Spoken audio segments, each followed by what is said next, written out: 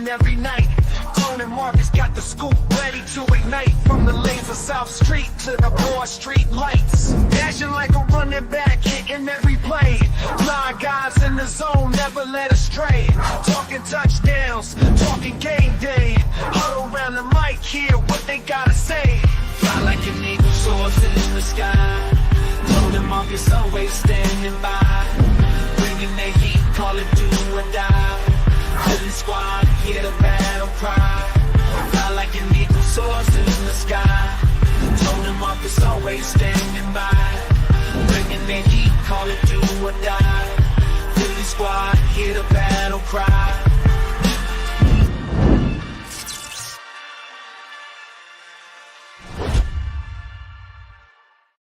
Yeah. You guys know the vibes. You guys know the energy. You guys are tuned into your Philadelphia Eagles pregame show. I'm your humble host, Tone DeShields II, and I'm joined by none other than one of my good friends in this business here, one of the best doing it, Coach Marcus of Pro Fan Talk. Now, you guys know what your job is. Very simple. All you got to do is kick your feet up. Make sure you got your game day breakfast, your game day lunch already, percolating in the kitchen. Maybe you got wifey whipping you something up. Maybe you got hubby hooking you up right now. Whatever it is, make sure you kick your feet up. You got your beverages. You got your snacks. You know what I'm saying? And on top of that, make sure you smash that like button. Very simple. Yes, sir. Very simple. Marcus, it's simpler than what they make it, right? That like button is currency in this YouTube space, and your channel is growing exponentially, and without the people, this train can't keep going. Yes, sir. Yes, sir. Sure. Like we say every week, don't make it complicated. You know what to do. Smash that like. I know some of you rolling around with a computer, a laptop, and an iPad. You know what? Get them extra streams going on them other devices. I like that. And let it go. And you know what? I said this before when I was talking to KSAP the other day. So let me put everybody on game. When you got your show running on other devices, you're not paying attention to it. So what you tend to do is you let the ads roll all the way through. We benefit from that. Mm-hmm. So just something, throw it out there. Just put it out there, let it be. It ain't going nowhere. And we'll take them extra views. It's all good, man. We trying to grow together, man. Absolutely, you guys. So again, smash that like button. Make sure you guys are subscribed to Pro Fan Talk. That's Pro Fan Talk, one of the best doing it right now, giving you film breakdown, giving you all the analysis and the passion you need on your Philadelphia Eagles. And on top of that, he's going to be giving you tremendous breakdowns and tremendous analysis of the WNBA when that season starts. I believe the WNBA just had their expansion draft. And they just introduced 2 new franchises. So you guys want to make sure you're on the right side of history. Maybe you have a chance to pick a new favorite team and get ahead of the curve. So just make sure you guys lock in on that. Shout out to my man, Coach Marcus from Pro Fan Talk. And again, make sure you guys also are subscribed to Chalk It Up Sports, where no matter if we win or if we lose, we just got to charge it to the game. You guys are getting passion. You're getting analysis. You're getting emotion. You're getting electricity. You listen, I'm not the biggest X and O's guy. I rely on my man Marcus for that. That's the guy that played the game. I lean on the smart people. For me, I'm just someone who's dedicated to what they're doing. I try to do as much research as possible. I lean on the smart people. And hopefully you guys look at me as somebody that you can rely on as well. Now, let's not waste any more time here, man. It's week 14. Your Philadelphia Eagles are facing off with the Carolina Panthers. Now, this matchup is interesting because it would seem from a bird's eye view that it would be the easiest matchup of the year, just based off how the Carolina Panthers have been playing. They are 3-9 on the season, 1-4 on the road. The Philadelphia Eagles, they are on the opposite side of that spectrum, 10-2 on the season, 4-1 at home. So a lot of the odds makers pretty much have this game pretty much as a lock. ESPN even has their matchup predictor as the Philadelphia Eagles having an 85% or 85.1% chance of winning this game. So seems like all the Philadelphia Eagles have to do is show up, right, Marcus? Or am I tripping? You tripping. And I'm saying that strictly as a player. Of course. And I gotta sell it to the people who gotta sell it. Every week you gotta take care of business, man. You don't and it's amazing. It's cliche, but it's amazing how many people don't do it. You got to show up every week. Every team is good. Every team can be beaten at any given time. You saw what happened to Detroit. They got lucky. You know what I mean? So you got to be ready to play, ready to handle your business, and ready to get out there and dominate every chance you get, period. If you got to get a 24-point lead or beat somebody by 3 and 4 scores, that's what you need to do. That was a criticism of the Eagles early on. We were winning games, but it's like, we should have dominated. We should have played better. Like Jalen Hurts says, it was a lot of work to do in a lot of those games. And the further we've gotten along in the season, at the end of these games, the extra work that we need to do seems to be getting smaller, which means they're taking care of everything they need to take care of on the field. They're not letting opportunities pass them by. And that's the biggest thing. Number one, staying healthy. Number two, take those opportunities when you get them. We can't have drop picks. We can't have that because it always, Murphy's Law says, if you drop a pick, that team's going to score on that possession. You know what I mean? So you got to take care of that. And the margin for error, the closer you get to the playoffs, gets smaller and smaller. So handle your business. We don't need to change up anything. We just need to keep doing what we've been doing, and we should be okay. Yeah, I couldn't agree with you more. Just getting to the injury report. Obviously, Dallas Goedert, he's been added to injured reserve with the knee injury. This is his second time on injured reserve, is it not? Or did he just miss a few games early in the season and they didn't feel the need to bring him on reserve? I can't remember. I think this is the first time. I think the first time I think he only missed 3 games. Okay, all right. Injured reserve is 4, right? Yeah. So essentially, Dallas Goedert will have another season where he's missing a minimum of 7 games. Yeah. This may be the 3rd season in a row where he's only played 10 to 12 games, if I'm not mistaken. Yeah. So the Philadelphia Eagles are going to eventually have to rectify that going forward in the draft, but that's another topic for another day. But Britton Covey is also out with a neck injury. Can't play around with that. Sidney Brown's out with a knee injury as well. Reed Blankenship is also out with a concussion sustained in last week's game. The Eagles are also going to be without Ben Van Sumeren, who's been placed on IR with the knee injury, which is unfortunate, hence why they went and signed their fullback. And Brandon Graham obviously is on injured reserve. Bryce Huff is on injured reserve. Byron Young, injured reserve. Bradbury, LaRaven Clark, injured reserve. So a lot of that we already knew. But, Smitty makes his return. We haven't seen Smitty in a couple weeks, and the Philadelphia Eagles have still been able to play pretty well and control their destiny for the most part without Devontae Smith. But just getting into this matchup here before we get into the personnel stuff, when you look at the Carolina Panthers, despite the struggles that they have experienced, it seems like this team is playing a lot harder at this leg in the season. What's your thoughts on how they've performed and what you've seen and heard about them lately? They're looking a lot better.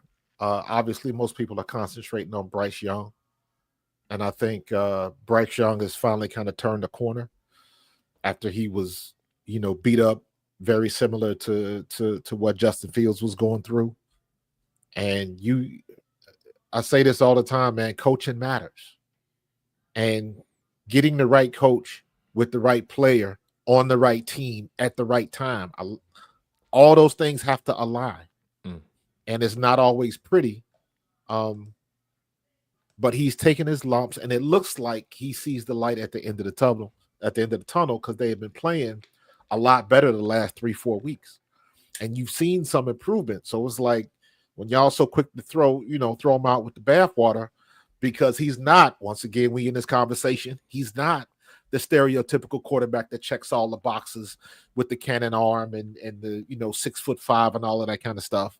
But he was a situation very similar to Jalen Hurts, very similar to Lamar Jackson and others, that when he had his opportunity, he stepped in and win. Now, at the pro level, he's had a little bit more difficulty. So, but that's to be expected. But it seems like the optics are, it looks like he's turned the corner, or at least getting better. So whatever they're doing, it seems to be working. He seems to be a lot more comfortable, playing a lot more free, and it's paying dividends. However, comma. I don't think he's ready for these Philadelphia Eagles and that defense we about to launch on. I don't think he's ready for that. I think Vic Fangio, once again, will have these boys ready to play. And I think our defensive line is going to eat. Jalen Carter, I'm looking for him to have himself a day. I'm looking for Nolan Smith once again to have himself a day. Also, Milt Williams is going to sneak in there today. So, again, this is going to be a defensive game. Defense wins championships. If they can't score, they can't win. Yeah, it's pretty simple. And I'm looking at their previous 4 games. They managed to beat the New Orleans Saints 23-22 in Week 9. They beat the New York Giants 20-17 in overtime, Week 10. Then they had a Week 11 bye week, and then they came out of their bye week with 2 back-to-back losses to, I would say, superior opponents. Obviously, the Kansas City Chiefs. They lost. They took them to the brink. To the wire. Yeah. Took them to the wire, which is pretty impressive. But I'm one that doesn't believe the Kansas City Chiefs have been playing up to their standard throughout the entirety of the season. I know Patrick Mahomes is Patrick Mahomes, but I think they're on borrowed time a little bit. But nonetheless, that's a different conversation. And then they played Tampa Bay in Week 13, losing to them 26-23 in overtime. So all of their games have been won and lost by a margin of 3 points or less. They've been playing really hard these past few weeks. But again, I don't think they faced a defense like the Philadelphia Eagles, maybe since Week 2 when you think about the Chargers and how their defense is playing. So you're right. Although Bryce Young and his team seems like they've been galvanized a little bit, seems like they're playing with a little bit more pride, this is just a different animal. And then this is one of those quintessential games where, it's levels to this thing. Yeah. I think, like I said in the beginning, man, all the Eagles got to do is come out and just take care of business. They have no business beating us at home. No business. This should be a game where we should dominate and win by 2, possibly 3 scores. There's no reason why we can't. There's no reason why Saquon can't do what he needs to do. There's no reason why Jalen Hurts can't do what he needs to do, or AJ or Devontae.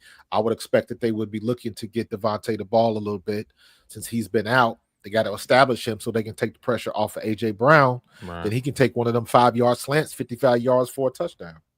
So I think he's ready to go, or Smitty's ready to go, and I think the Eagles are going to be taking care of business. Kellen Moore, just keep doing what you're doing. Yes, I still want to complain because I want the offense to go off tackle. I want Saquon to run off tackle and get some zone reads. Then you can go up the middle. Stop trying to force that issue. But we're winning, so I'm just nitpicking. So the rules. If you winning, you nitpicking. If you losing, you complaining. So you bring up a good point. I mean, here's the thing, though, right? I think the one thing that stands out to me about this matchup is just the disparity in one team's run offense versus the opposite team's run defense. And it's rather glaring, right? Just piggybacking off of your Saquon Barkley, Kellen Moore angle, right? It seems like this is going to be that kind of game where the Philadelphia Eagles can really lean heavily on their running game. They don't have to really overcook this matchup whatsoever. And if we're just looking at some of these numbers here for them defensively, right? Opponent points per game, ranked 32nd in the league. They're giving up the most points in the league. They're giving up the second most yards in the league with 392 yards a game. They're giving up almost 6 yards per play. That's 28th in the league. They're giving up over 46% of the third down conversions to the offense. That's the last in the league. They had the worst third down defense in the NFL. They had the 25th ranked red zone defense in the NFL. You can convert on this team. You can score on this team. This team defensively has not been good situationally. That's what these numbers are saying to me. And then if we dig deeper to the running side of things, right, the rushing statistics for the Carolina defense, and this is where Saquon Barkley, even can gain one, Will Shipley, and Jalen Hurts come in, right? Their opponent rush play percentage is 50.92%. That's 32nd in the league. That tells me that teams have been able to lean on them so well that they hardly have to pass the ball. They hardly have to empty the gas tank. and they're giving up almost 5 yards a rush, which is 27th in the league. They're giving up 166 yards a game on the ground. That's last in the league. They have literally the worst run defense in the NFL. I'm gonna be honest, Marcus. This may be the game where Saquon actually breaks Eric Dickerson's record. that's how bad this run defense has been. When you think about all those metrics I've told you, obviously we know what makes the Philadelphia Eagles so great, and we know Saquon with the Kenny Gainwell and Jalen Hurts combination. If you want to throw Will Shipley in there, fine. But we know this running game is of the elite. I always looked at run defense as more effort than being schematic. Explain to me how one can be the worst run defense in the NFL. Is it strictly personnel? Is it strictly effort? Is it a cocktail of both of those things? It's a little bit of a cocktail, but the strongest alcohol in that drink is the personnel. Okay. Let me say it like that. You have to have the right personnel to be able to stop it.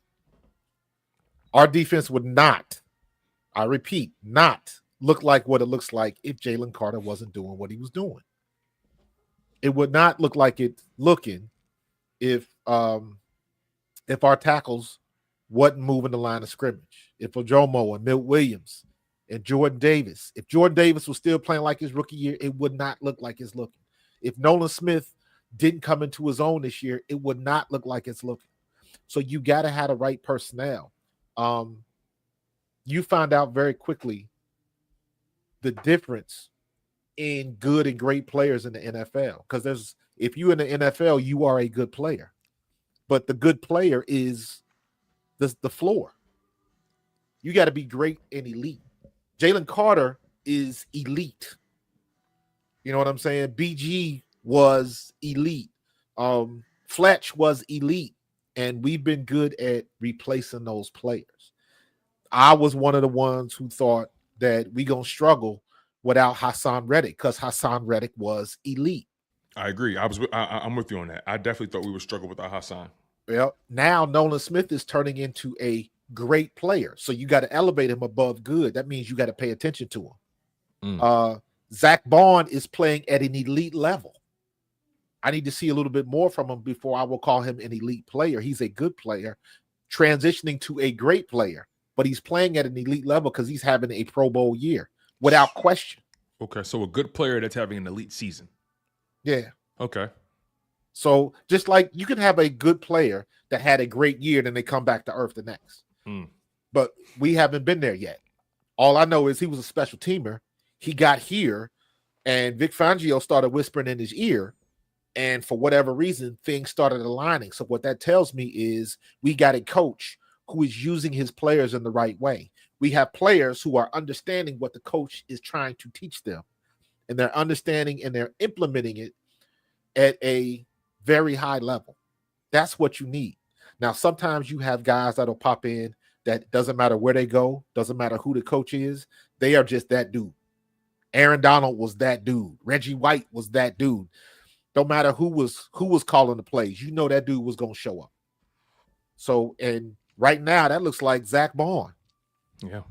You know what I'm saying? So Nolan Smith is getting there. Hell, we even had a Jalix Hunt sighting last week. You know what I mean? So all of those things are coming together. And it's I never thought I would say this, but here in Philadelphia, because I don't think it worked this way when he was in Miami, Vic Fangio is having an effect on our defense. Not as much, but very similar to how Jeff Stoutland is having on our offensive line. Expand on that, because that's a pretty lofty perspective. And I'm not saying you're wrong here, but it's interesting because Jeff Stoutland, it just seems like everything he touches turns to gold. Now, Vic Fangio is that pretty much what you're saying? And look, I know he's one of the elite minds defensively, but and the proof is in the pudding with what we're seeing with this Eagles defense. But that's a pretty lofty take. Jeff Stoutland is damn near Hall of Fame if offensive lineman coaches can go. To me, Jeff Stoutland is that teacher in high school everybody liked. Everybody wanted to take their class because that teacher could reach, touch, for whatever reason. That teacher had the recipe that everybody they dealt with seemed to understand, and they seemed to get it when they took that class with that teacher. That's what Stoutland is with our offensive line. How many offensive linemen have we brought in here that Jeff Stoutland didn't turn around and then make them at least a quality offensive lineman? Just take this year. You look at what happened with Juergens. You look at what happened with Mekhi Becton. With Mekhi Becton, man, his situation in Philadelphia, I'm sorry, with the Jets. And then you what's the backup? Fred Johnson. Yes, with the He's Bengals, another one. For whatever reason, Stoutland has the recipe, right? Vic Fangio sounds to me like he's the same. He's in that same area code, because it wasn't popping off like this down in Miami, even though he got Miami to a top 10 defense. Now stop there real quick, because that's what kind of blows my mind about what went wrong in Miami. And look, I understand he didn't really want to go to Miami. That wasn't his first choice. The original choice was to come to Philly, but things got wonky with Jonathan Gannon and all that kind of stuff. Right. But, you know, when you heard those players saying what they were saying about him, and then you compare that to what the Eagles players are saying about him and how they responded to his coaching, there's a clear disconnect between those organizations as it relates to buying in. Right. And also Vic Fangio, he can be prickly, right? We know his personality. Right. That personality didn't seem to fit that soft life Miami culture. There you go. That's the word. I was about to say it. The culture. The culture. You down in Miami in the sunshine and the pretty girls and the bikinis and all of that kind of stuff, your mindset changes. You up here in Philly, you in the land of cheesesteaks and John's. And yeah, you got the edge. We are a lunch pail city. We go to work every day. We put it in. We grind. We can get grimy if we have to. You know what I mean? They don't have that. And that is a clear culture. It takes a very astute mind, attitude, and demand to be able to initiate that type of culture. As an example, Andy Reid can do that in Kansas City, in the smack dab middle of the Midwest, because of his time in Philly. Andy Reid came from Green Bay. Everybody nice in Green Bay. You know what I'm saying? So, but he got enough of Philly. He took the stuff that he needed to take. He got a little bit of that Philly attitude, so he knows how to deal with it. And not for nothing, Andy Reid is somebody that knows how to get the best out of people. Yeah. And we get that same result here. People can talk all of that smack and we bitch, moan, and complain about Serianni and all of that kind of stuff. All I know is them dudes in that locker room is running through a wall for him. Stop. You ain't got to go no further. You ain't got to go no further. I don't want to hear no rumors. I don't want to hear nothing from sources about what he might have going on and disagreements and all. Nah. Everybody have disagreements. That's in every locker room, whether you are a winning team or a losing team. There are arguments and disagreements in every family, period. We ain't no different. But we just tend to blow stuff out of proportion a lot quicker. But at the end of the day, you can't tell me any coach in the league would love to have Nick Sirianni's record. About to be 4 straight years in the playoffs? That's a good point. I mean, you talk about a man with he's had coaching experience, but it was very little. Okay. Right? And I'm bringing this up because there was a lot of conversation about Eric Bieniemy this week. Yeah. But let me finish on Nick. Please. Don't forget, Nick was what we had left. We got to the store after the sale and we had to take whatever was left on the shelves. That was Nick Sirianni. Doug Peterson, that whole situation happened late in the hiring process. So all of the top candidates that we would have probably interviewed were already gone. So we got the bottom of the barrel. We took what was left. They did the best they could do, and they made the best choice they could. And it just turns out that this dude just happens to be some type of crazy dude talking about flowers and come off wrong. And the only thing he does is galvanize a team to get to the playoffs. That's the word, galvanize. Like there's something You remember when Saquon talked about Hurts and in Yep. his interview, he said, "This I was talking about family, and it's just you don't really understand it. Like it's just an it factor. He just has it. You can't put a number on it. You can't measure it. And I'm paraphrasing a little bit, but you just can't. You can't explain it, right? Mm-hmm. That kind of reminds me of Nick Serianni a little bit, like Yes. and I think that's why Nick Serianni and Jalen Hurts tend to be the most misunderstood, or maybe get the least respect in this league amongst sports pundits, people who talk about this game, because they look at these guys and there's nothing that they do tangibly that's overly impressive, right? Like and this is not me trying to slight either of those guys, but it just seems like they're blue collar lunch pail guys who's had to work really hard to get where they are. I had a conversation with my man Eastwood and Mike Sports Vibes. We was talking about the Sixers yesterday, and we were comparing Maxey and Jared McCain. And Tyrese Maxey, he came into the league with a lot of athletic gifts, but he was still raw in certain aspects, but very athletic and was able to get to the rim and is a max player right now. Jared McCain, on the other hand, comes into the league not the most athletic at all, but his skill set, he's more polished, more refined, so on and so forth. So my point is, you have guys who come into these situations with notoriety, that they're known for a certain thing, like the McVays and the LaFleurs in the world. They're brainchilds.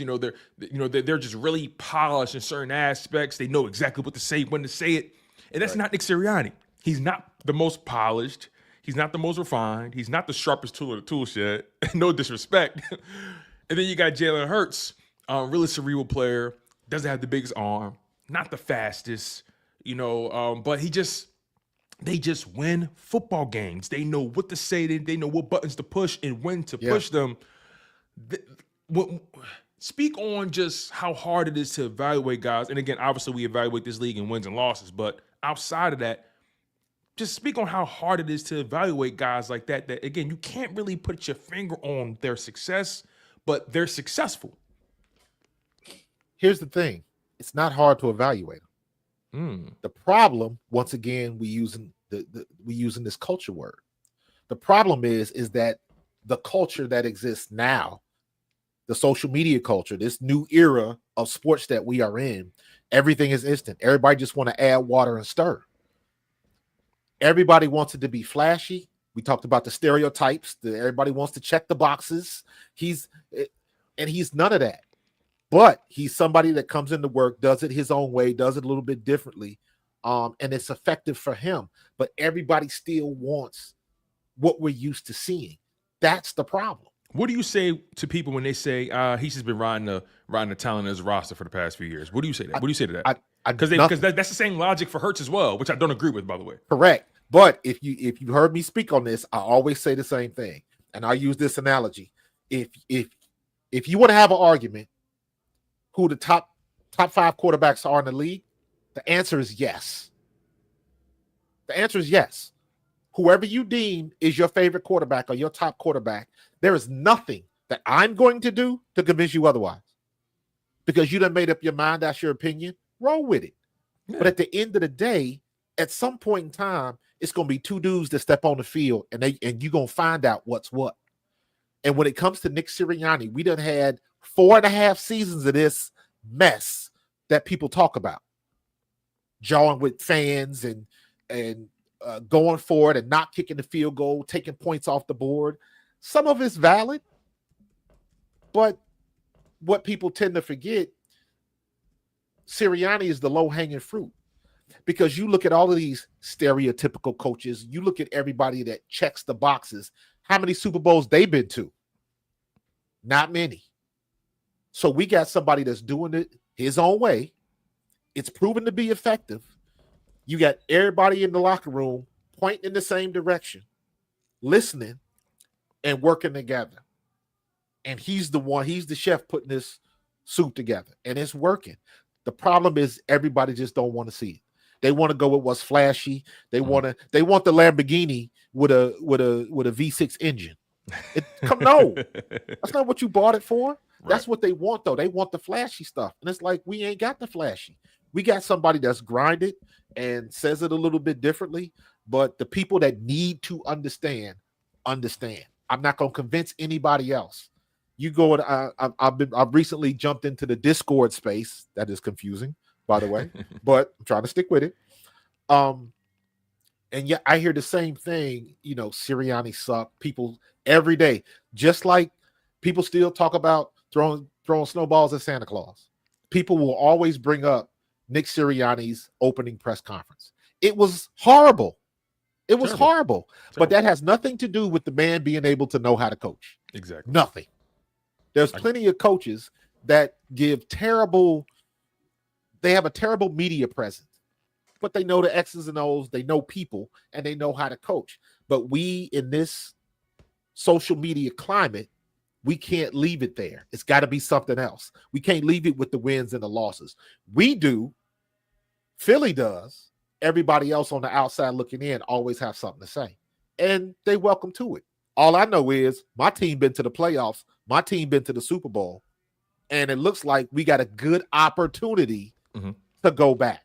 And there's a lot of other teams and a lot of other fan bases that wish they did.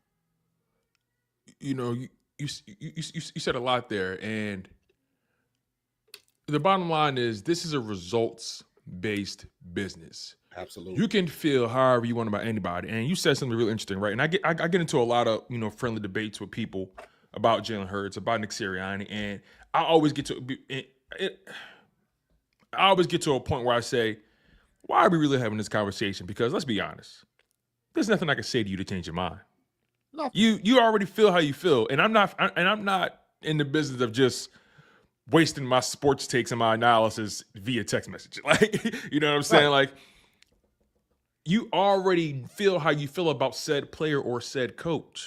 You've already broken down the film, and you feel like this person's being carried. And I find it hard to believe how you can get carried to a 44-19 record. That's impossible. At some point, you get figured out, right? And that hasn't been the case. And let's be honest about this. As much as people want to pull the carpet or discredit Nick Serianni or discredit Jalen Hurts, the bottom line is this. Nick Serianni has beaten a bevy of those head coaches that you guys claim to be better than him or smarter or whatever it may be. He's beaten Dan Campbell twice. He's beaten Sean McVay twice. He's beaten Matt LaFleur twice. Without Saquon. Let's be honest about this. He beat Dan Campbell twice without Saquon. He beat Sean McVay one with Saquon, one without. Matt LaFleur, same thing. I can go on and on. He's beaten Andy Reid before. They're 1-1, against each other. Obviously, Andy Reid has the most important one, but you know what I mean. He's beaten Bill Belichick. He's beaten a lot of these coaches that y'all love to laud over. But it's okay, though. It goes for Jalen Hurts as well. He's beaten Matthew Stafford twice. He's beaten Jordan Love. He's beaten Aaron Rodgers. You could say he beat Jordan Love too, because Jordan Love came in that game as well. So he beat Aaron Rodgers and Jordan Love in the same night. You feel what I'm saying? Yeah. He's beaten Patrick Mahomes before. He's beaten Josh Allen. He's beaten Lamar Jackson. Like, all I'm trying to say is, feel how you feel about the player, right? Sure, I have no problem with people having their preference, right? It's the NFL. You could have your pick of the litter. Some people like this kind of style. It's that style. It's cool. Like your style. Yeah. But if we're gonna have a good faith conversation, let's get to the nitty gritty. Let's talk about what this game is based on, and that's the results. Take your feelings and your emotion out of it. What's the results? What happened? And that's the part where people try to say, well, you guys got a super team. Really, a super team. This is the NFL. It's not easy to build those kind of things. As a matter of fact, I know we make it look easy. So you know what I say to people who throw that at me? Hey, tell your GM to do better. Tell your organization to hire better. The Philadelphia Eagles from top to bottom have been one of the most stellar organizations in terms of how they build their rosters, how they construct their contracts, culture, personnel, coaching staff, so on and so forth. I mean, people have this thing mixed up as if it's just easy to do. No, we're just committed to winning ways. Now, do we always win the big game in the end? No. But one thing I respect about this organization, the coaching staff, the personnel, quarterback, head coach, GM, owner, they're lockstep and key that they want to win football games.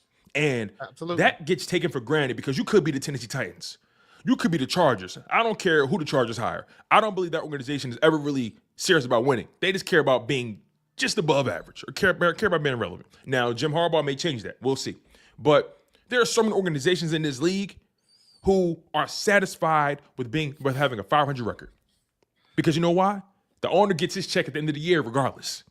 So we have to really think about what we're witnessing here with Nick Serianni, with Jalen Hurts, with Howie Roseman as a GM. We have to really think about what we're witnessing here and not try to be smart asses and keep it real with ourselves, and when it comes to the results. They don't. Again, everybody wants to be flashy. Everybody wants to. You know what? It's us. No one likes us. We don't care. But honestly, I think once again, the culture is Philly is the place that everybody wants to hate. Every year you get somebody gets on the news. I just heard it the other day. I think it was Jadeveon Clowney. Somebody was asking him about Philly fans and stuff like that. So he was chiming in on it. So that's always a national narrative. I remember I did a video. I think it was about a year and a half ago, man. And all I did was I had clips of fights in the stadium. And the way I narrated it, I was like, oh, look at those Philly fans. And look at oh, my bad, that's San Francisco. Well, look at these dudes right here fighting in the concourse. Oh, my bad, that's down in Dallas. So the point was everybody talks all of that shit on Philly, and most of it happens in other places. The only problem is when stuff goes down in Philly, it gets national headlines and all the negative goes through the roof. And it's us. Everybody wants to see us fail for whatever reason. And I'm like, I'm okay with that. That's why the whole hungry dogs run faster, underdogs, no one likes us. That's where all of that stuff came from. But Marcus, sometimes I wonder if we like us. Sometimes I wonder if we like us. Yeah, but we are us. That's the problem. There's some things that go on in your house, in your family, with your people. Somebody on the outside that comes to visit might not understand what's going on. And you got to hold on. This is my uncle, and this is what happened. And you got to explain the situation because you in it. You see it every day. Philly sees it every day. Philly don't hold no punches. If you playing like crap, we're going to tell you play like crap. Now, in that, yes, people could get overzealous and overstep their bounds, but so does everybody else in every other fan base in every other city. So we're no different. We just talk a little different. That's it. Our passion is no different. Our fans are no more or less passionate than the real fans in other places. And that's the key. In Philadelphia, there are more real fans than if you go out in SoFi. You look at what's happening in LA. Because, and then again, look at the culture again. You look at down in Miami, you look at LA as opposed to Philadelphia, New York, or even Kansas City. LA is a destination city. So you get people from all across the country there, which is why when we play at SoFi, it's so much green in the building. Dallas is kind of like that too. Dallas is a destination city. So you got a lot of transplants that move from other places to Dallas, which is why every time we play Dallas, there's a lot of green in the building. You come to Philly, it's all green. You get spatterings. You get a little Washington over here and Giants over there. But for the most part, it's Philly. All day. It's cheesesteaks and pretzels till the cows come home, bro. Cheesesteaks, pretzels, and water ice. So you feel me? That's what it is. And you don't have that in other places. Kansas City is a little different because Kansas City is the Midwest. Ain't nobody trying to go to the Midwest. So them people, all them fans that's piling into Arrowhead Stadium, been fans since they was 3 years old. Same way with Green Bay. So you got to look at the city and what comes with it. And in our particular case, Philadelphia is a city that we ain't afraid to scrap. We ain't afraid to get grimy. We ain't afraid to call our own players out. And you deal with what comes. I love the fact that go back last year when things was getting a little rough, and AJ Brown got on the mic and was like, "Listen, like y'all gonna stop coming for me like this." Right. You know what I mean? He had to set some people straight. I actually like that too. I like that. Absolutely. And now the criticism, some of it was over the top, but I wouldn't call it necessarily unfair. So there's a fine line that we skate, because I think in this city, again, like every place else, you got these fans that want to get a little bit extra and they take it to the next level, and it doesn't need to go there. And that's when you can put some people in their place. And I think that's what AJ Brown was doing. But the criticism, if we're not winning or if we think somebody should be running the ball more, we'll give it to them. We talked about this last week. The offensive line for the Philadelphia Eagles has been good for the last 6 years. With Miles Sanders, with DeAndre Swift, we should have been dominating on the ground, and we didn't do it. Why? That's a valid criticism and a valid question, especially when you see what's happening this year. Yes, it's half of that Saquon, but the other half is that offensive line dominating the line of scrimmage. Lane Johnson, Mekhi Becton, Cam Jurgens, Landon Dickerson, Jordan Mailata. That physical presence, nobody has been able to stop yet but us. If we don't run the ball well, it's our fault. That's what it seems like at this point, right? With the Eagles, whatever goes wrong, because of how they've been playing, it's something we didn't do. It ain't nothing they did, and that's how dominant they have been, right? I want to stay on that offensive side with the offensive line, like you said. Well, right? real quick, Yes, please let me get this in real quick. Isn't it interesting? 2 times the Baltimore Ravens has lost. When we beat them last week, and then you go back to the playoffs last year when they lost. Both times, everybody criticized, how come you're not running Lamar Jackson? What did Lamar Jackson say after we beat him? Oh, my mama called and cussed me out because I missed some running lanes. Everybody trying to do it the way that everybody Harbaugh's trying to do it how everybody else wants to see it. I'm glad you brought that. I'm glad you brought that up, because looks like Serianni finally got the message. We've been saying this for 3 years, Tone. Yeah, we have. And you said something a while ago. Sometimes we don't like. We expect a lot of guys to come in here and just know what we expect them to know. A lot of these guys are literally learning on the job, right? Yep. And to your point about the Jim Harbaugh, Lamar Jackson running thing, watch they overcorrect this week. Watch they overcorrect and lean in harder to the running game. My problem with the Ravens, and I know it's a sidebar, but my problem with the Ravens is they know who they are, but they're not fully accepting who they are. Exactly. And that was the Eagles' problem, for a while. And watch the Ravens overcorrect this week. And then watch they slowly fall back into passing the ball again. Yeah. Like that's been their MO this season. But even hold on. Let me find this in the chat because I saw it. I want to call them out. Not call them out, but I want to make a point. Right. My bad, Jonathan Cook. The Ravens are on the bye the following week. My bad. Yeah. My apologies. Hey, listen. I focus on the Eagles. It's a lot of games. Relax. Anyway, Ravens on the bye the following week. Yeah. Watch it overcorrect. I can't find it, but I think it was Big Chris in the chat where he said this week Jalen Hurts should sling it around, because basically saying that Carolina, they can't hang with us, so Jalen should sling it around. I'm like, no, keep doing what you've been doing. Yeah, if Jalen doesn't throw the ball 20 games, I'm good. 20 times this game, I'm good. Marcus. You know the old adage, why you fronting? Why you acting brand new in front of these people? You remember? I'm sure you were back in the day. When you were young, you know what I mean. Your mama got you. You and your homie. You're moving around. You know who he is. But soon as that chick come around, soon as them girls come around, he act a little different. Oh, are you funny man now? Oh, you cussing in front of your friends? Oh, that's how we do it? Okay. Exactly. Okay. So my point is, why we need to act different in front of different people? Yeah. Why do y'all want us to be somebody else? Why do y'all want us to do something different? Because somebody else somebody else walking to the party? Because somebody else walking to our house? I'm the same man no matter where I go, no matter who I'm around. And that should be applauded, right? The Eagles don't need to reinvent the wheel. They don't need to prove anything to anybody, right?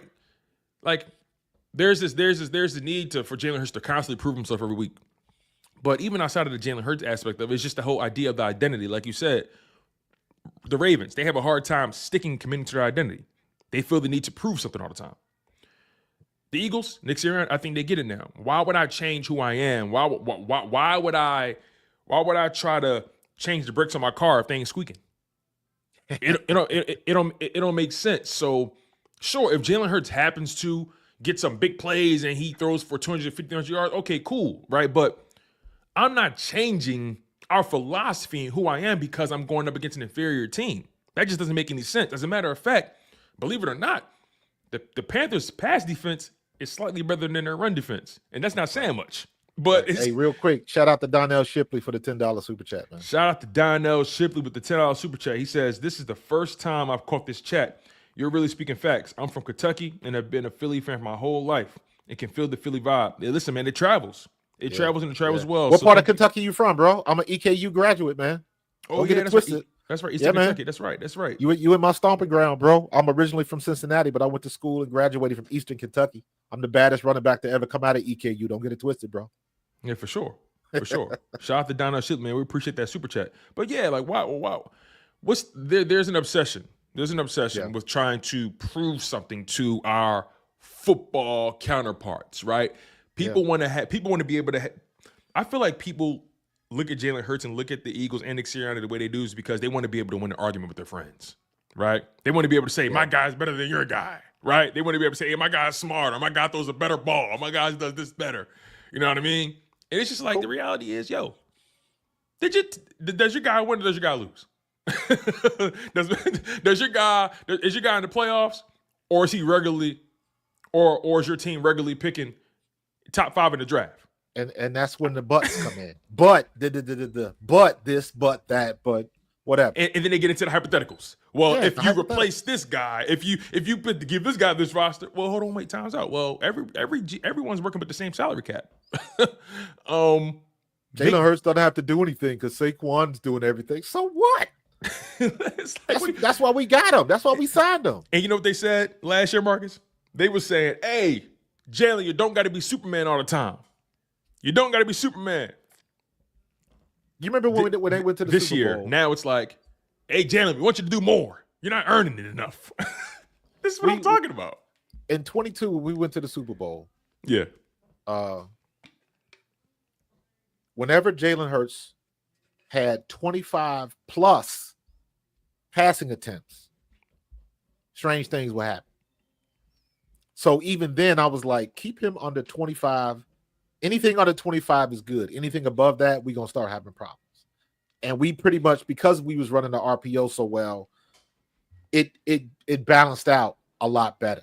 Mm-hmm. Now, we had some, peaks and valleys and stuff like that, and that happens on every team. But for the most part, we are in a situation right now looking at the same thing.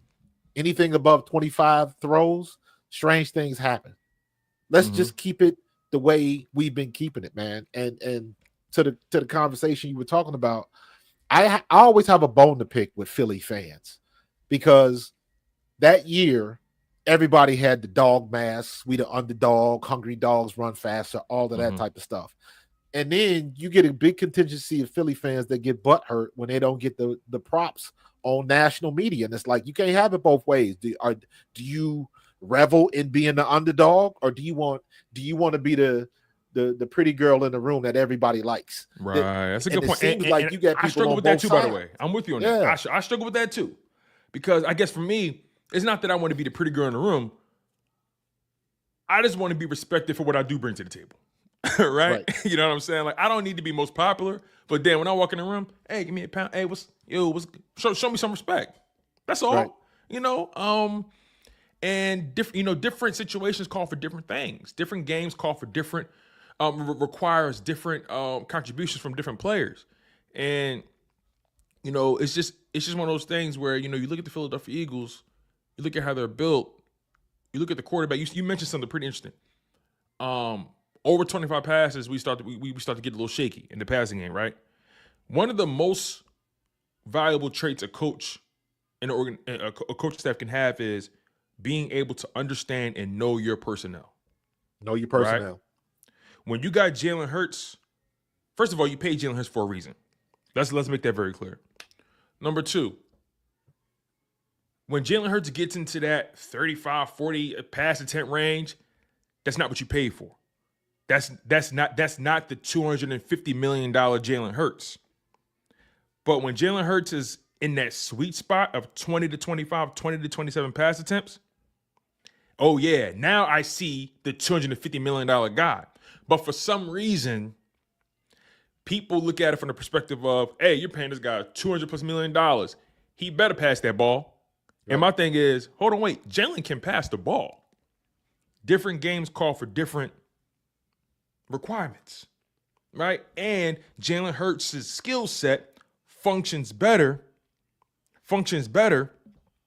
when he has that running game because of how he plays. Like, so I'm trying to understand people's perspective. And let me address something real quick because Big Chris is I've been trying to ignore Big Chris, but he's trying me here. So let's have some fun with it. Hey, Big Chris, don't disrespect me like that ever again. I don't co-sign idiocracy. I always held it down for my city, my team. Don't act brand new. Don't act brand new at all. I always kept it funky. Anybody that know me, that understand me, that watch my content, no matter where I go, I keep it funky. Now, look, no disrespect to Dan, but I disagree with 99% of the shit he says. All love and kudos to him. I wish him nothing but best. He gave me a shot on his show. I did what I did with it. But other than that, I speak my truth. So come correct. Because at the end of the day, we all looking towards the same thing and we want the same thing. But understand what show you at. Understand what platform you at. Understand the type of person I am. What you see is what you get. So just relax. Because I don't want to say nothing disrespectful about people I like. Hey, man, just because you produce something and just because you deal with somebody don't mean you got to agree with all their opinions. Exactly. Bro. What do people don't understand? They don't. And let me say this too, right? Let me give you a little bit of a sneak peek into Jacob Sports. Now I'm talking about stuff I don't want to talk about. Let me give you a little sneak peek. One of the core tenets of that show was, hey, we produce it, but we don't orchestrate it, if that makes sense. I push the buttons, I make the music go, all that kind of stuff. But when it comes to his opinions and his alone, at Jacob Sports, one thing I will give them respect for.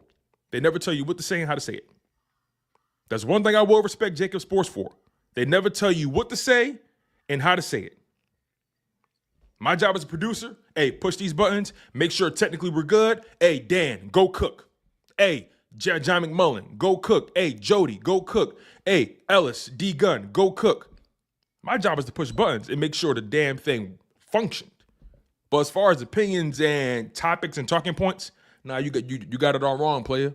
So again, if you're going to be a fan of this content space, understand what producing actually is and understand the different roles in producing. It's as simple as that. Dan is his own man and not my own man. Shout out to him. I hope he's doing very well. Shout out to his family, all that kind of stuff. Shout out to Jacob Sports. Hope they're doing well. Simple as that. I ain't got nothing bad to say about nobody because they gave me my shot. Simple as that. And I took it and I ran with it. But let's move on. I gave him too much airtime. Gave him too much airtime. Sometimes people ask for attention and they get it. But that's that's part of this social media era where just like people, I think you put something on your Twitter one time and I was like, hold on. I was like, just because somebody didn't have a good career doesn't mean they don't know the game. No. Yeah. That was, we talked about that. Yeah. And I was peeved. Who was that? It was Kobe McCoy. He peeved me. McCoy. He peeved me. Yeah. He pissed me off real bad. That he caught me at the right time. He caught me at the right time. Did you hear Chris Carter's response? Yes. Oh my God. Yo, I'm so glad you brought that up because Chris Carter he has a podcast, right? And I like to call it a B-side podcast. I'm sure you listen to music. You know, people say A-sides and B-sides, Yeah. right? You Yeah. know, sometimes the B-side records be better than the A-side records. Right. The A-side records be the hits. The B-side records be the ones that, you know, fill it in. And his podcast is so, like, in the cut. And I found it for some reason. And I'm watching it. And I'm like, yo, it was such a simple response, but it was so poignant. I can't remember exactly what he said, but again, you brought it up. Please break that down for the people. Yeah, I mean, it's just, he was another one that just, I guess he just started his media career or whatever, and he had some very disparaging things to say about Jalen Hurts, and it's like, you know who he sounded like? He sounded like, what's your boy, Sims. You know, Chris Sims. You know what he sounded like? He sounded like he got his Eagles hate starter pack. Yeah, he sounded like remember when Chris Sims started his show with Mike Florio? Yeah. Chris Sims was the same way, and then finally, you know, he got the gist of it, and he started being a little bit more even keel about going on. But at the end of the day, you got to remember, in my opinion, a lot of these guys do that because you will get more attention and more response if you do something inflammatory or if you purposefully say something that is wrong. Because nobody will get with you faster than somebody trying to tell you wrong and I'm right. So people use that to an advantage. So Chris Carter roasted him.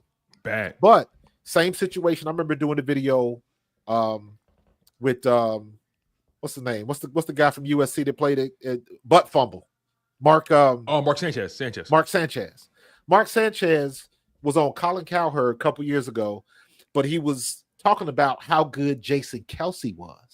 And he was saying, okay, blah, blah, blah, blah.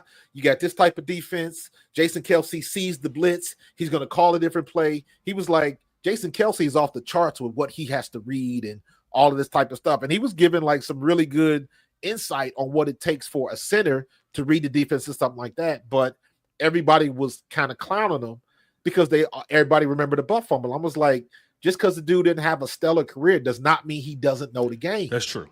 You look at Dan Orlovsky. You look at JT O'Sullivan got one of the best. I love JT O'Sullivan's platform. The QB one school. Of the best and JT O'Sullivan was a career backup. So a lot of the best quarterbacks give so much credit to their backups because they usually saw things they didn't see. Exactly. And usually you a backup for a reason. So that usually means that somebody is in front of you that is more physically talented. Mm-hmm. So you develop your brain a little bit more because most of the time you're not playing, you studying. So a lot of times the backup has a much better perspective. Why you think Dan Orlovsky is so good? Because a lot of people didn't like Dan Orlovsky when he first started, but I actually like Dan when he first started. And a lot of people didn't like Dan Orlovsky because what do they do? Really? Everybody they want to bring up when he ran out the back of the end zone in Detroit.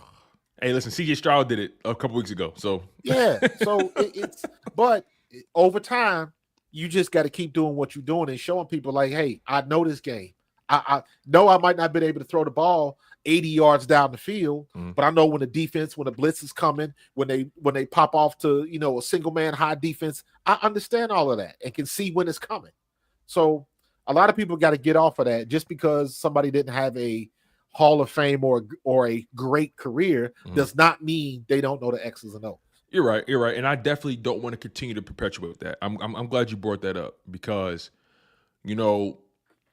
that logic applies to what I do. Right, I didn't play the game, but some reason, but I study and I get my opinions, and I never consider myself to be a savant or an elite mind in this game. I just consider myself an enthusiast, and I just try to learn as much as I can from smart people. So I think it is important, at least from my perspective, to tread lightly when criticizing someone's opinion versus criticizing the person. Fact. Right. And yes, Big Chris, I love Mina Kimes. I love Mina Kimes too. She's very. Don't get it twisted. I love Mina Kimes. She's very intelligent, very very rational. It's tough when you're so emotionally invested in a product that and a person, an organization where if someone says something that you know for a fact is wrong or unfair, or you like, and you can't get close to that person, so you just want to just cut their legs from under them and just eviscerate them, right? That's the challenge, I think. I think in sports, at least in sports fandom, criticizing the take, criticizing the idea, and challenging it with a better idea versus, criticizing the man, criticizing the career that they had or lack thereof. So, again, in my position, I want to try my best to tread lightly with that and not use that as a way to disagree with somebody. Right. Colt McCoy, again, he had a 10+ year NFL career. He was doing something right. He Fact. was doing something right where teams wanted him in the building. He clearly knew his stuff, but just couldn't execute on the field, right? And that's okay for what that is. But also at the same time, it was clear that he got his media starter pack, and that comes with disrespecting Jalen Hurts and trying to undercut him and the Philadelphia Eagles.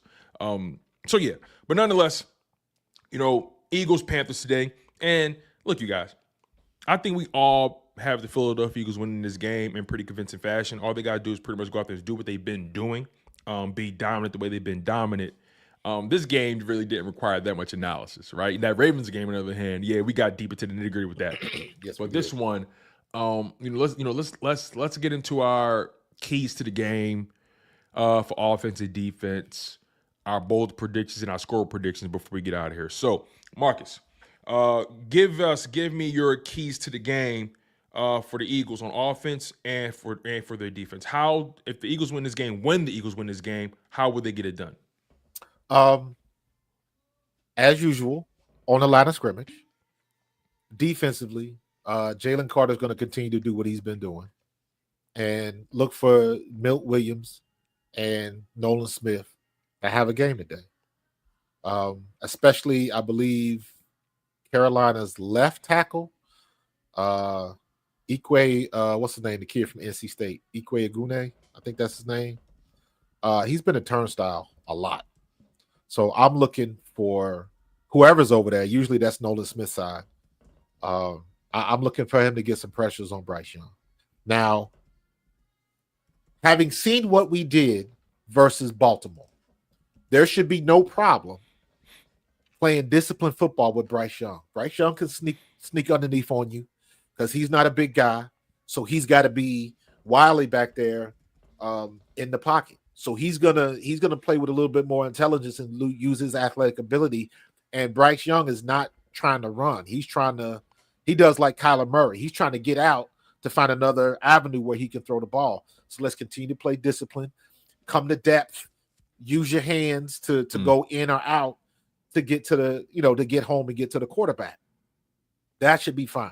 I'm looking for Jalen Carter and Nolan Smith to eat again. Zach Barr and Nakobe Dean, just keep doing what you've been doing, period. Y'all been playing Pro Bowl level all season. Keep doing it. Secondary, Reed Blankenship's coming out. Who's playing safety? Because Sid Brown is out. It's a good question. I believe it's Tristan McCollum. Okay, Tristan McCollum looked okay. Yeah. Another guy that dropped an opportunity, how many drop picks we got this year? 5? Man, tell you about Something it. And like also, somebody's reminding me, we did pick up that guy Charles Harris on the edge. So we may see him, and he's very familiar with Carolina. He was just there. Yeah. So we should be able to see what's going on with that. As you continue to talk, let me see if I can find more details about the injury. Yeah, I just think secondary, I think we'll be okay without Reed Blankenship. Quinyon Mitchell, Cooper DeJean, keep doing what you've been doing. CJ Gardner-Johnson has been playing very physical the last 4 weeks. He's been a presence back there. Don't get so overzealous that you let somebody behind you. Hopefully Isaiah Rodgers will have a better game today. I don't think Slay is playing. So Isaiah Rodgers played better last week. I want to see him continue to get better because we have high expectations from him. And not for nothing, me personally, I want to see Keely Ringo get more snaps. Same here, man. Isaiah Rodgers, I want to be careful because I feel like he had a bad matchup in that Rams game. Very bad matchup. Possibly, but I'll just say it like this. I expected him to be better. Yeah, but yeah, I do expect him to be better. He was coming off. He was coming off the bench cold. No, for sure. For sure.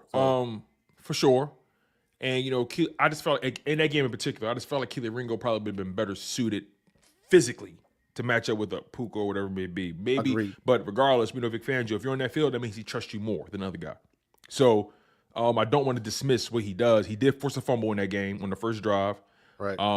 He's Ace Boogie is saying the Slay is back because he practiced all week. Oh, there we go. Let's see if he can complete the game. Yeah, that's a good point. Yeah, that part, right? Let's see if he can complete the game.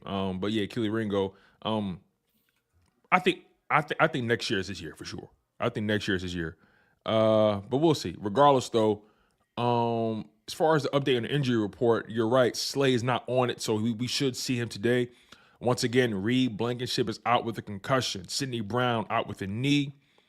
Britton Covey out with the neck injury. Dallas Goedert out and on IR with a knee. Now, when it comes to the Carolina Panthers, starting right guard Robert Hunt for the Panthers was just added to the injury report. Apparently, he's questionable with the back injury. And if you ask me, back injuries are tricky, especially for offensive linemen. But it should be noted that he was still a full participant in practice. Now, who are we talking about? Robert Hunt, starting right guard for the Panthers. Okay. And he did fully participate in practice, but he's still listed as questionable. Clowney's out too. Clowney didn't participate in practice with a knee, so likely he's out. Cornerback Caleb Farley, shoulder full participation, so he'll probably play. I mentioned Robert Hunt already with the back. Linebacker Josie Jewell, hamstring limited.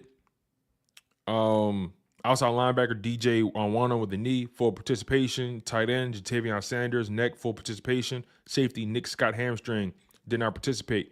So there's a chance we may not see Jadeveon Clowney for the Panthers, and we may not see also wide receiver Jalen Coker with the quad, did not participate in practice, so he likely won't play either. And again, the interior, I look at the offensive line is the most interesting injury to me. Robert Hunt, the back can be so tricky. You may think you feel good. As soon as you make that one move or whatever, you're like, I just can't. So like you said earlier, I look for Jalen Carter and Jordan Davis and Milton Williams to really eat and go crazy in this game. Yep. Well, was that it for your keys to the game? I just want to make sure. I was defense. I didn't even get into the offense. Okay. Give us your offense. Offense, same as usual. Feed Saquon. Get him off tackle, not so much under up the middle. Balance that out a little bit. I think they're going to try to. I think. I don't know what they're going to try to do. Are they going to try to run it? Depending on what type of success Saquon has early, will determine how much they throw the ball. Because I know in the back of everybody's mind, they want to see Saquon get 200 yards a day. Right. Because what they optimally, and this is just my opinion, optimally, what I think they want to do is get Saquon past 2K before the last game of the season. And this is a game where he could possibly have 150 plus. Mm-hmm. So we'll see. We'll see what they're going to do. But Jalen Hurts, keep doing Jalen Hurts things. Yeah. Hand the ball off.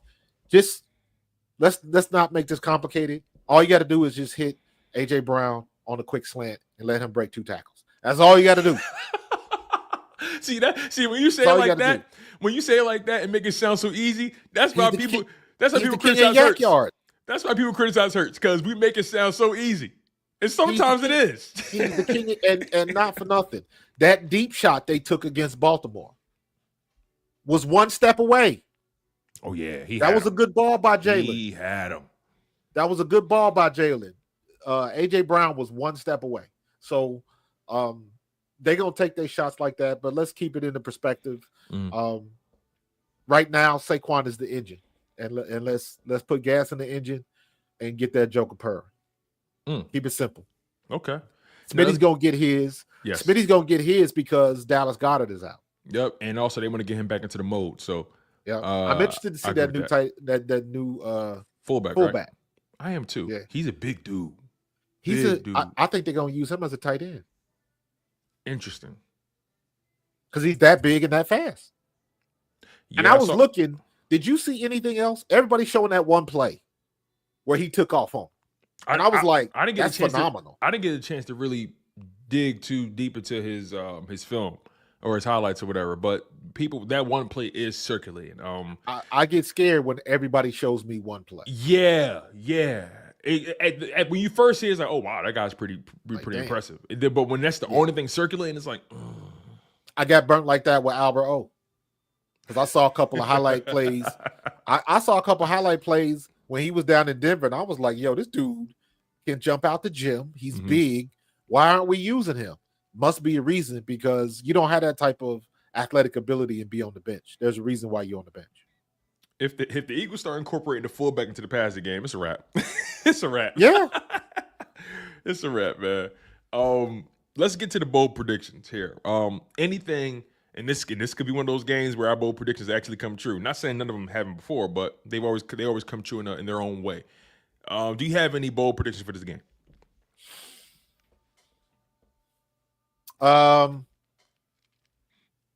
You know what? I'm gonna say Milt Williams ends up with 2 sacks today.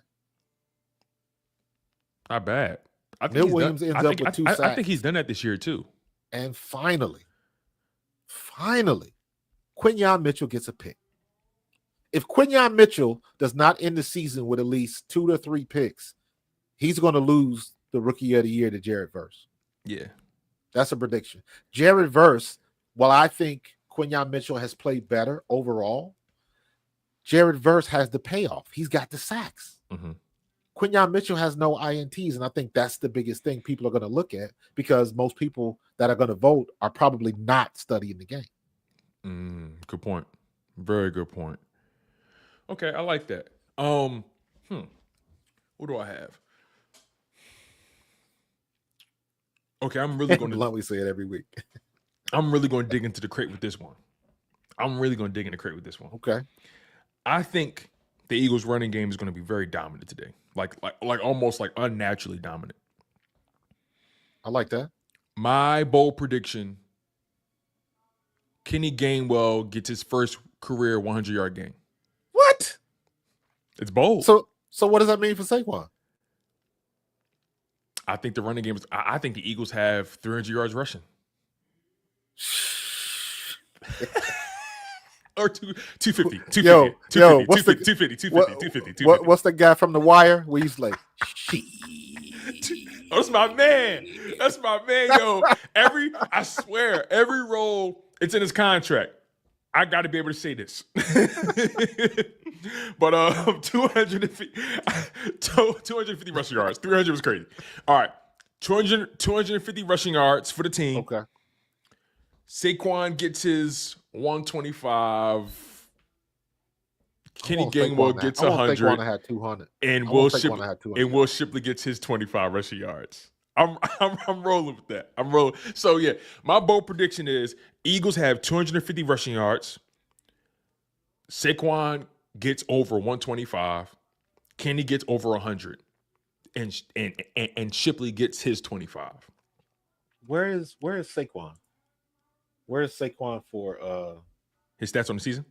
Yeah, for rushing. Right now he has 1499 on the season. Okay. So basically 1500. Right. So that'll put him at 7. Best case scenario, if he gets 200 plus, that puts him at. So that's if he gets close to 1700, that means he's got 4 games to get 400 yards, right? Or 300 yards. Yeah. Okay. I don't know, man. I don't know. Like hey, I'm just saying that offensive line is that good. What's Shady? I've seen this in the chat. What is Shady's record? Because everybody's saying that he's gonna break Shady's record today. Oh yeah, for the season. Yeah. Let me see. LaShawn McCoy, Eagles rushing record. Let me see. Says here,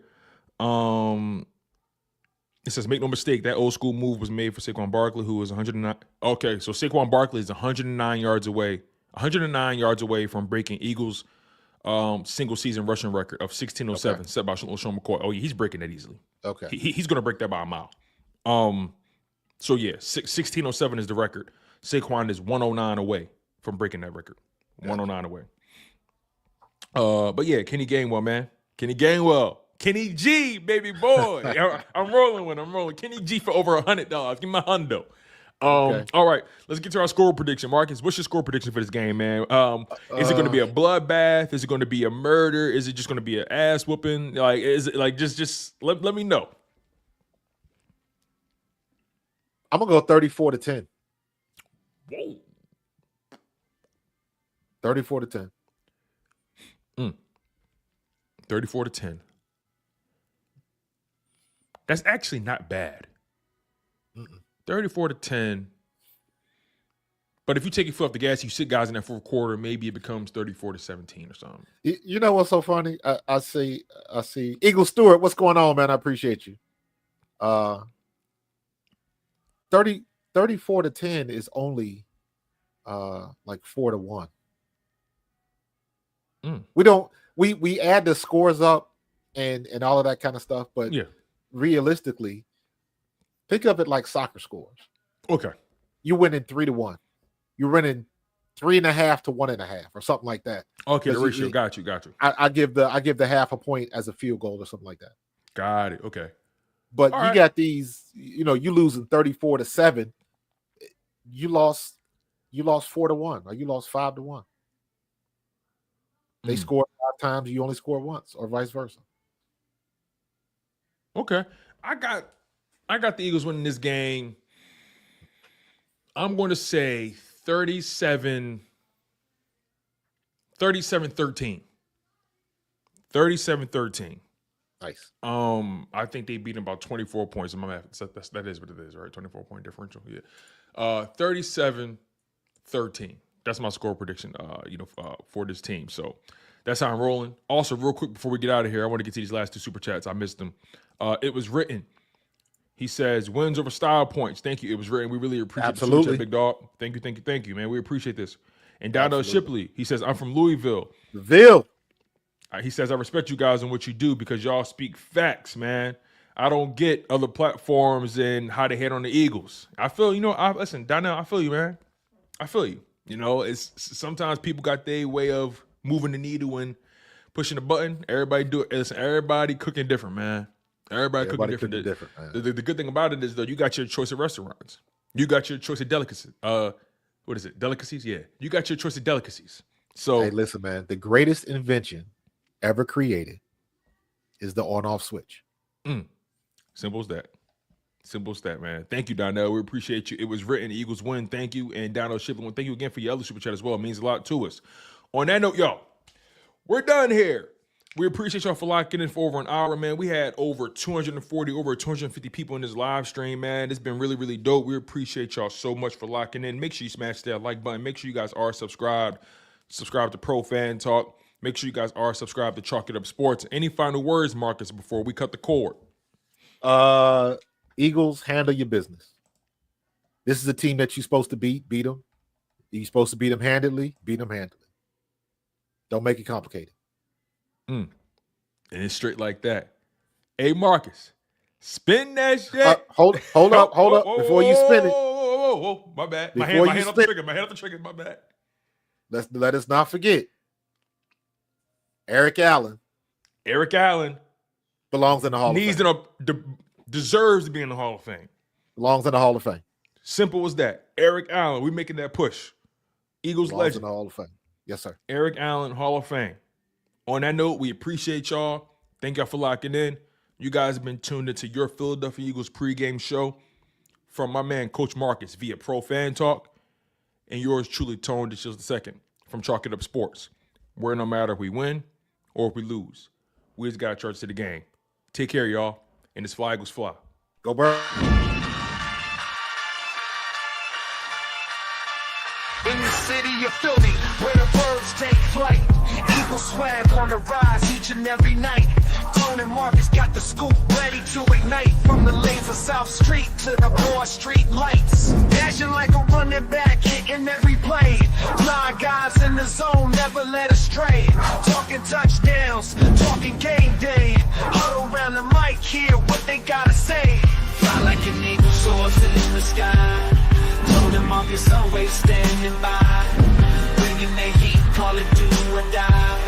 Philly squad, hear the battle cry. Fly like an eagle soars in the sky. Tone and Marcus always standing by. Bringing their heat, call it do or die. Philly squad,